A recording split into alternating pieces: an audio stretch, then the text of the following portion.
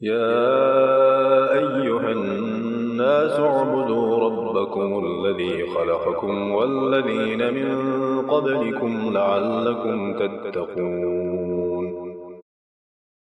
لوگو، بندگی اختیار کرو اپنے اس رب کی جو تمہارا اور تم سے پہلے جو ہو گزرے ہیں ان سب کا خالق ہے. تمہارے بچنے کی توقع اسی صورت سے ہو سکتی ہے. لوگو، اگرچہ قرآن کی دعوت تمام انسانوں کے لیے عام ہے، مگر اس دعوت سے فائدہ اٹھانا یا نہ اٹھانا لوگوں کی اپنی آمادگی پر اور اس آمادگی کے مطابق اللہ کی توفیق پر منحصر ہے. لہذا پہلے انسانوں کے درمیان فرق کر کے واضح کر دیا گیا کہ کس قسم کے لوگ اس کتاب کی رہنمائی سے فائدہ اٹھا سکتے ہیں اور کس قسم کے نہیں اٹھا سکتے.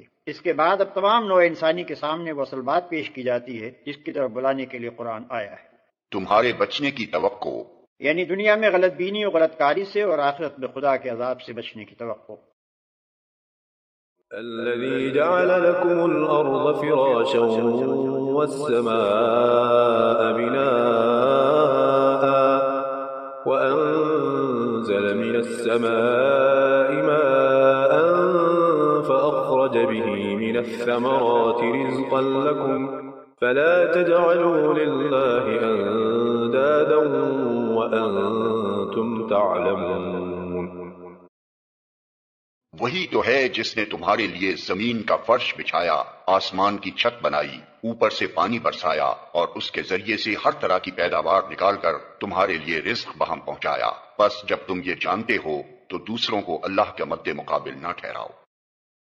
وَإِن كُنتُمْ فِي رَيْبٍ مِّمَّا نَزَّلْنَا عَلَىٰ عَبْدِنَا فَأْتُوا بِسُورَةٍ مِّن مِّثْلِهِ وَادْعُوا شُهَدَاءَكُم مِّن دُونِ اللَّهِ إِن كُنتُمْ صَادِقِينَ. اور اگر تمہیں اس امر میں شک ہے کہ یہ کتاب جو ہم نے اپنے بندے پر اتاری ہے یہ ہماری ہے یا نہیں، تو اس کے مانند ایک ہی صورت بنا لاؤ. اپنے سارے ہم نواؤں کو بلا لو، ایک اللہ کو چھوڑ کر باقی جس جس کی چاہو مدد لے لو. اگر تم سچے ہو تو یہ کام کر کے دکھاؤ.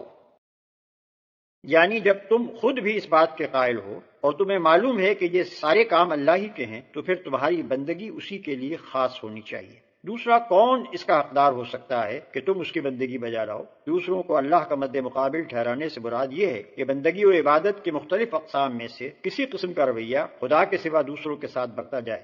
آگے چل کر خود قرآن ہی سے تفصیل کے ساتھ معلوم ہو جائے گا کہ عبادت کی وہ اقسام کون کون سی ہیں جنہیں صرف اللہ کے لیے مخصوص ہونا چاہیے اور جن میں دوسروں کو شریک ٹھہرانا وہ شرک ہے جسے روکنے کے لیے قرآن آیا ہے. فَإِن لَّمْ تَفْعَلُوا وَلَن تَفْعَلُوا فَاتَّقُوا النَّارَ الَّتِي وَقُودُهَا النَّاسُ وَالْحِجَارَةُ أُعِدَّتْ لِلْكَافِرِينَ. لیکن اگر تم نے ایسا نہ کیا اور یقیناً کبھی نہیں کر سکتے تو ڈرو اس آگ سے جس کا ایندھن بنیں گے انسان اور پتھر، جو مہیا کی گئی ہے منکرین حق کے لیے.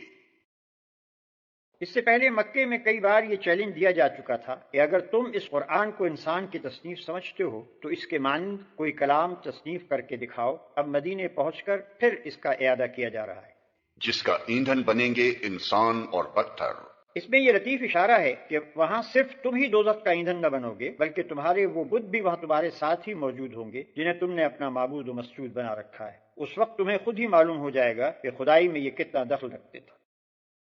وَبَشِّرِ الَّذِينَ آمَنُوا وَعَمِلُوا الصَّالِحَاتِ أَنَّ لَهُمْ جَنَّاتٍ تَجْرِي مِن تَحْتِهَا الْأَنْهَارُ كُلَّمَا رُزِقُوا مِنْهَا مِن ثَمَرَةٍ رِّزْقًا قَالُوا هَٰذَا الَّذِي رُزِقْنَا مِن قَبْلُ وَأُتُوا بِهِ مُتَشَابِهًا وَلَهُمْ فِيهَا أَزْوَاجٌ مطهرة وهم فيها خالدون.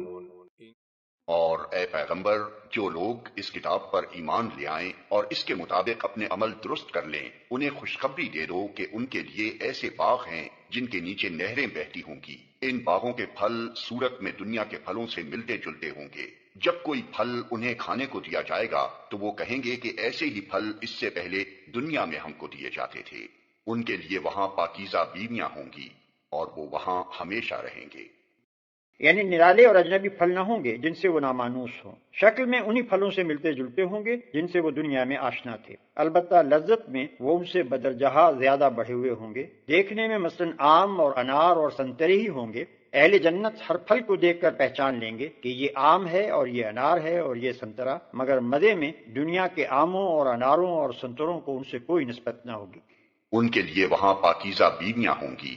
عربی متن میں ازواج کا لفظ استعمال ہوا ہے جس کے معنی ہے جوڑے، اور یہ لفظ شوہر اور بیوی دونوں کے لیے استعمال ہوتا ہے۔ شوہر کے لیے بیوی زوج ہے اور بیوی کے لیے شوہر زوج، مگر وہاں یہ ازواج پاکیزگی کی صفت کے ساتھ ہوں گے۔ اگر دنیا میں کوئی مرد نیک ہے اور اس کی بیوی نیک نہیں ہے تو آخرت میں ان کا رشتہ کٹ جائے گا اور اس نیک مرد کو کوئی دوسری نیک بیوی دے دی جائے گی۔ اگر یہاں کوئی عورت نیک ہے اور اس کا شوہر بد تو وہاں وہ اس برے شوہر کی صحبت سے خلاصی پا جائے گی اور کوئی نیک مرد اس کا شریک زندگی بنا دیا جائے گا۔ اور اگر یہاں کوئی شوہر اور بیوی دونوں نیک ہیں تو وہاں ان کا یہی رشتہ ابدی و سرمدی ہو جائے گا۔ إن الله لا يستحيي أن يضرب مثلا ما بعوضة فما فوقها فأما الذين آمنوا فيعلمون أنه الحق من ربهم وأما الذين كفروا فيقولون ماذا أراد الله بهذا مثلا يضل به كثيرا ويهدي به كثيرا وما يضل به إلا الفاسقين۔ ہاں، اللہ اس سے ہرگز نہیں شرماتا کہ مچھر یا اس سے بھی حقیر تر کسی چیز کی تمثیلیں دے۔ جو لوگ حق بات کو قبول کرنے والے ہیں وہ انہی تمثیلوں کو دیکھ کر جان لیتے ہیں کہ یہ حق ہے جو ان کے رب ہی کی طرف سے آیا ہے، اور جو ماننے والے نہیں ہیں وہ انہیں سن کر کہنے لگتے ہیں کہ ایسی تمثیلوں سے اللہ کو کیا سروکار۔ اس طرح اللہ ایک ہی بات سے بہتوں کو گمراہی میں مبتلا کر دیتا ہے اور بہتوں کو راہ راست دکھا دیتا ہے، اور گمراہی میں وہ انہی کو مبتلا کرتا ہے جو فاسق ہیں۔ اللہ اس سے ہرگز نہیں شرماتا کہ مچھر یا اس سے بھی حقیر تر کسی چیز کی تمثیلیں دے۔ یہاں ایک اعتراض کا ذکر کیے بغیر اس کا جواب دیا گیا ہے۔ قرآن میں متعدد مقامات پر توضیح مدعا کے لیے مکڑی، مکھی، مچھر وغیرہ کی جو تمثیلیں دی گئی ہیں ان پر مخالفین کو اعتراض تھا کہ یہ کیسا کلام الہی ہے جس میں ایسی حقیر چیزوں کی تمثیلیں ہیں۔ وہ کہتے تھے کہ اگر یہ خدا کا کلام ہوتا تو اس میں یہ فضولیات نہ ہوتی۔ اس طرح اللہ ایک ہی بات سے بہتوں کو گمراہی میں مبتلا کر دیتا ہے اور بہتوں کو راہ راست دکھا دیتا ہے۔ یعنی جو لوگ بات کو سمجھنا نہیں چاہتے، حقیقت کی جستجو ہی نہیں رکھتے، ان کی نگاہیں تو بس ظاہری الفاظ میں اٹک کر رہ جاتی ہیں اور وہ ان چیزوں سے الٹے نتائج نکال کر حق سے اور زیادہ دور چلے جاتے ہیں۔ برعکس اس کے جو خود حقیقت کے طالب ہیں اور صحیح بصیرت رکھتے ہیں ان کو انہی باتوں میں حکمت کے جوہر نظر آتے ہیں اور ان کا دل گواہی دیتا ہے کہ ایسی حکیمانہ باتیں اللہ ہی کی طرف سے ہو سکتی ہیں۔ اور گمراہی میں وہ انہی کو مبتلا کرتا ہے جو فاسق ہیں۔ فاسق، نافرمان، اطاعت کی حد سے نکل جانے والا۔ الذين ينقضون عهد الله من بعد ميثاقه ويقطعون ما أمر الله به أن يوصل ويفسدون في الأرض أولئك هم الخاسرون۔ اللہ کے عہد کو مضبوط باندھ لینے کے بعد توڑ دیتے ہیں۔ اللہ نے جسے جوڑنے کا حکم دیا ہے اسے کاٹتے ہیں اور زمین میں فساد برپا کرتے ہیں۔ حقیقت میں یہی لوگ نقصان اٹھانے والے ہیں۔ اللہ کے عہد کو مضبوط باندھ لینے کے بعد توڑ دیتے ہیں۔ بادشاہ اپنے ملازموں اور رعایا کے نام جو فرمان یا ہدایات جاری کرتا ہے ان کو عربی محاورے میں عہد سے تعبیر کیا جاتا ہے، کیونکہ ان کی تعمیل رعایا پر واجب ہوتی ہے۔ یہاں عہد کا لفظ اسی معنی میں استعمال ہوا ہے۔ اللہ کے عہد سے مراد اس کا وہ مستقل فرمان ہے جس کی روح سے تمام نوع انسانی صرف اسی کی بندگی، اطاعت اور پرستش کرنے پر مامور ہے۔ مضبوط باندھ لینے کے بعد سے اشارہ اس طرف ہے کہ آدم کی تخلیق کے وقت تمام نوع انسانی سے اس فرمان کی پابندی کا اقرار لے لیا گیا تھا۔ سورہ اعراف آیت 172 میں اس عہد و اقرار پر نسبتاً زیادہ تفصیل کے ساتھ روشنی ڈالی گئی ہے۔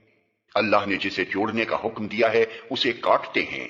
یعنی جن روابط کے قیام اور استحکام پر انسان کی اجتماعی و انفرادی فلاح کا انحصار ہے اور جنہیں درست رکھنے کا اللہ نے حکم دیا ہے ان پر یہ لوگ تیشہ چلاتے ہیں۔ اس مختصر سے جملے میں اس قدر وسعت ہے کہ انسانی تمدن و اخلاق کی پوری دنیا پر جو دو آدمیوں کے تعلق سے لے کر عالمگیر بین الاقوامی تعلقات تک پھیلی ہوئی ہے، صرف یہی ایک جملہ حاوی ہو جاتا ہے۔ روابط کو کاٹنے سے مراد محض تعلقات انسانی کا انقطاع ہی نہیں ہے، بلکہ تعلقات کی صحیح اور جائز صورتوں کے سوا جو صورتیں بھی اختیار کی جائیں گی وہ سب اسی ذیل میں آ جائیں گی، کیونکہ ناجائز اور غلط روابط کا انجام وہی ہے جو قطع روابط کا ہے، یعنی بین الانسانی معاملات کی خرابی اور نظام اخلاق و تمدن کی بربادی، اور زمین میں فساد برپا کرتے ہیں۔